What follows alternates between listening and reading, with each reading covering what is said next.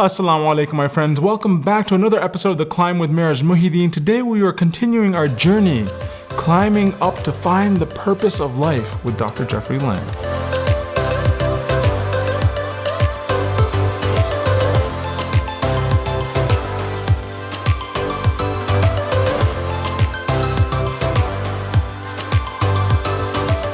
Welcome back, my friends. I'm Miraj Muhyiddin, and we are jumping into this whole journey of what is the purpose of life. So let's take a look at where we've been so far here. Okay, let's pull up some information here. So we have to start with the ground rules, right? Every time we start with the ground rules, because this is a major paradigm shift from the Judeo-Christian understanding of the story. So number one, God, we know, is creating man in a positive role. God said, I want a Khalifa, a successor, a representative of mine. So this is a man in his Adamic form, his highest potential. Secondly, God is completely aware of his plan. There is no surprises in this. There is no miscalculation. There is no, oh, wait a second, let's change things up. No, God knows from the beginning exactly how everything is playing out, and everything will be executed exactly to his command. And then thirdly, we saw this in the verses in the Qur'an, God is reminding the angels, what? Because the angels asked God, why would you do this? These people, human beings, they spread corruption and spill blood. And God is saying, I know what you reveal and what you conceal. God is saying, yes, you might have this opinion of human beings, but I also know what human beings can be, right? This is a very important thing because we ourselves, I mean, correct me if I'm wrong, but when you just turn on the TV or the internet or so forth, all you see is horrible story after horrible story about what we are doing to the planet, what we are doing to each other, what we are doing to animals, the oceans, everything. And it just makes you think we are such horrible people. But the reality is we just see a lot of bad press. We don't see all the amazing stories out there. And I personally believe in just the general average person is a good person who wants good for himself, good for his family, and for his neighbors. That's what I like to believe. And so we have to remember that there is goodness in the human spirit that we have to celebrate and have to encourage amongst each other. Now, Dr. Lang himself says he caught himself in the same trap, where he was thinking so poorly about human beings and not remembering their true potential. Take a listen. And up until that point in my life, I, like the angels, that only saw one side of the coin. For the first time when I read that verse, believe it or not, it was an eye-opener for me. I had always been obsessed with the evil potentials of human beings. When I read that verse, I realized that, and I had a great example right in front of me with my own mom. I realized that I had been blinded by only one side of human nature. Okay, so he himself forgot. He was so fixated on his father's example, he almost forgot about his mother.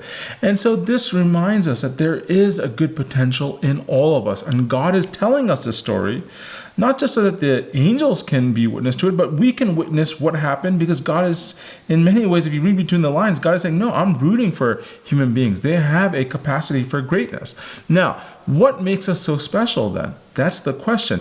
And in previous episodes, we discovered that we have intellect. We know the names, right? God taught Adam the names, something that the angels are like, we don't know. Unless you teach us, we have no idea what the names are. But God taught Adam the names. So man is an intellectual being. He is a learning being. And this makes us unique. In all of creation on earth, we have an intellect that no other creation can match, right? What is the second thing that makes us so special, right? Who are we?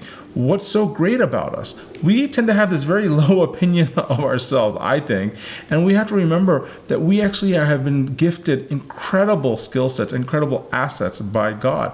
So let's now explore the second unique characteristic of mankind. Take a listen. So we go on to the next verse. And behold, we said to the angels, bow down to Adam, and they bowed down. But not so Iblis. Iblis is like the father of Satans, satanic beings, forces, creatures, existences. He refused and was arrogant. He was of those who reject faith. وَإِذْ قُلْنَا لِلْمَلَائِكَةِ اسْجُدُوا لِآدَمَ فَسَجَدُوا إِلَّا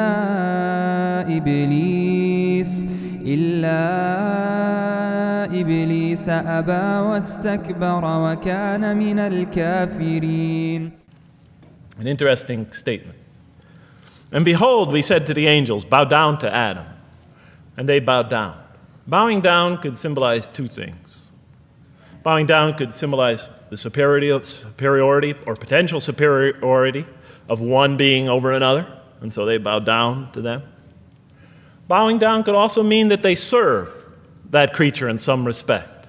Of course, the Qur'an says that all beings serve God, all created beings serve God. But this verse seems to be indicating, and the rest of the Qur'an will make it clear, that these angelic beings, these angelic entities, will serve the development of mankind. We'll even see later that the satanic beings serve the development of mankind.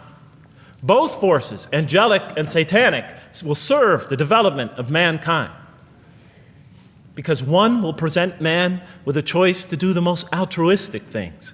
The other will simultaneously try to influence man in the opposite direction. And so human beings will be moral creatures and will have to make moral decisions. And it's in those moral decisions that they will grow spiritually and morally as human beings. And they'll take that into the next life.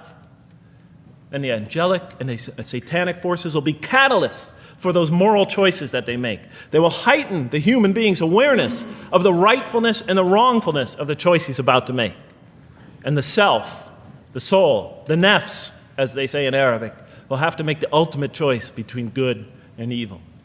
And that choice, that test will come again and again and again as human beings either grow or decline.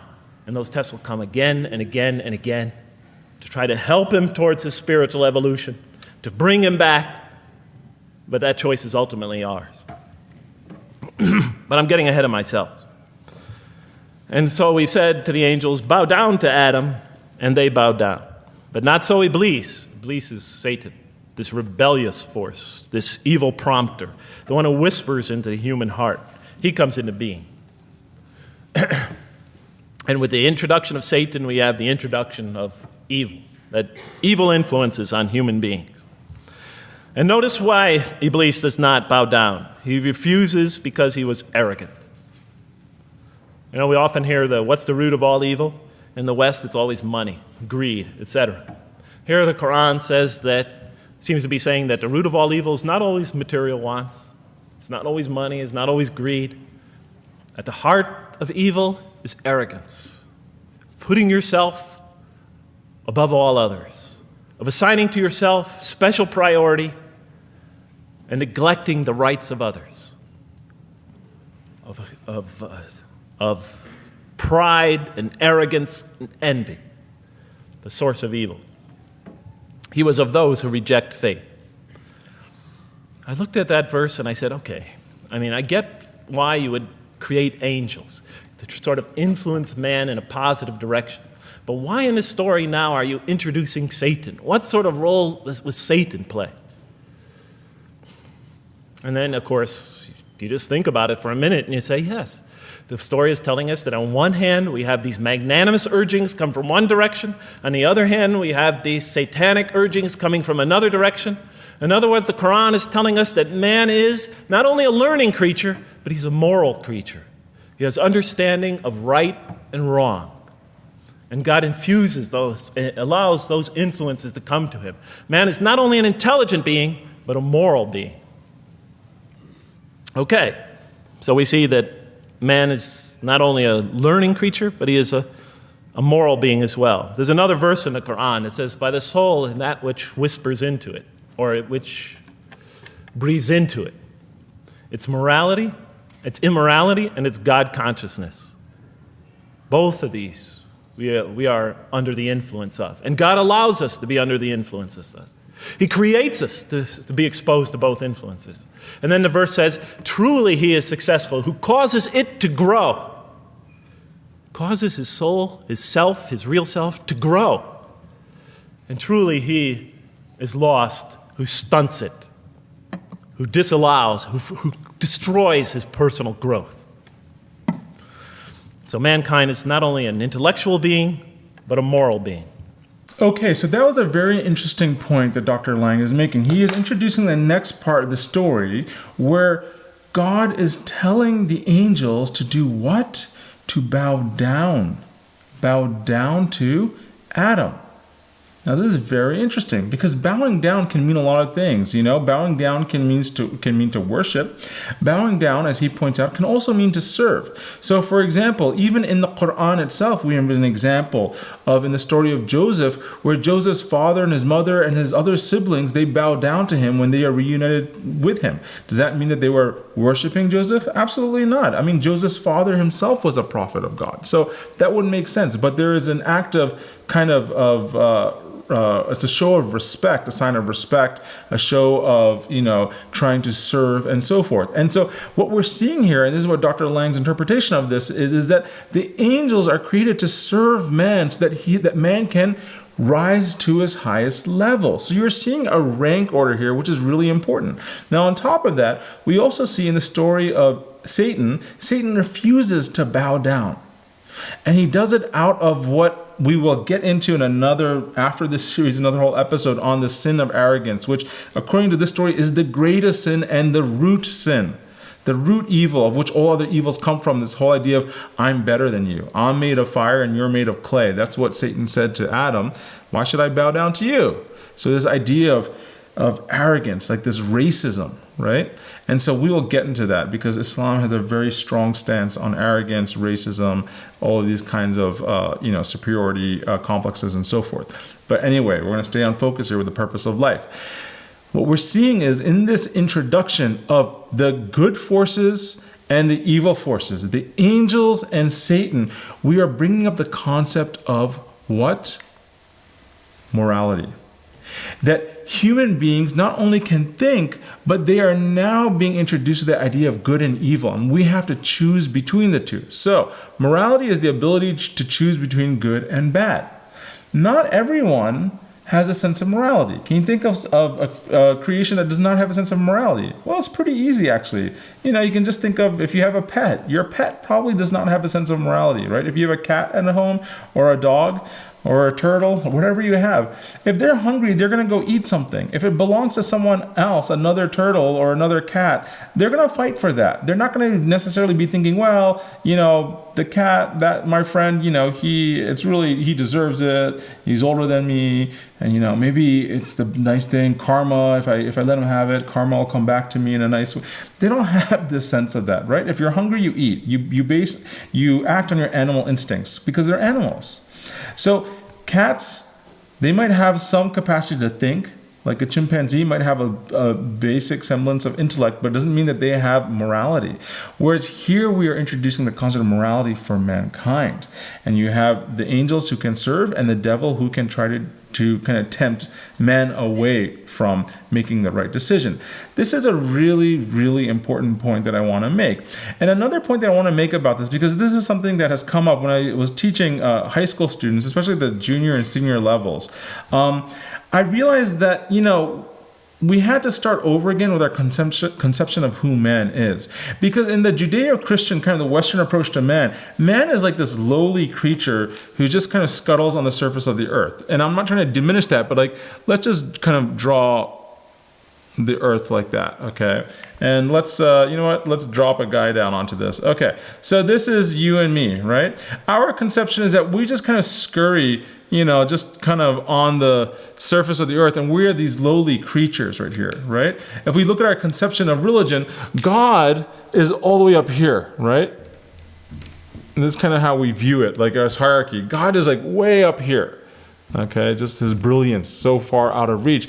And then the angels are, I'm going to try to draw angel wings here, right? This is like often how in our culture, popular culture and so forth, does this look like an angel? I don't know. Okay, those are angel wings, okay? The angels are above us, and they're just kind of hanging out in the clouds over here, right? We have like commercials. I cannot believe it's not butter. Like these just like, they're just having fun floating up in the clouds, but we're down here on earth toiling away in the dirt and the sweat and everything else, right? And so we have this hierarchy, God, angels, human beings. But what we're seeing in this story, very important, is that God is placing Adam higher than the angels, where the angels have to look up to Adam, right? They are serving Adam. They are bowing down to Adam. This is very important to get straight, because even my conception on this was not crystal clear. I knew it theoretically.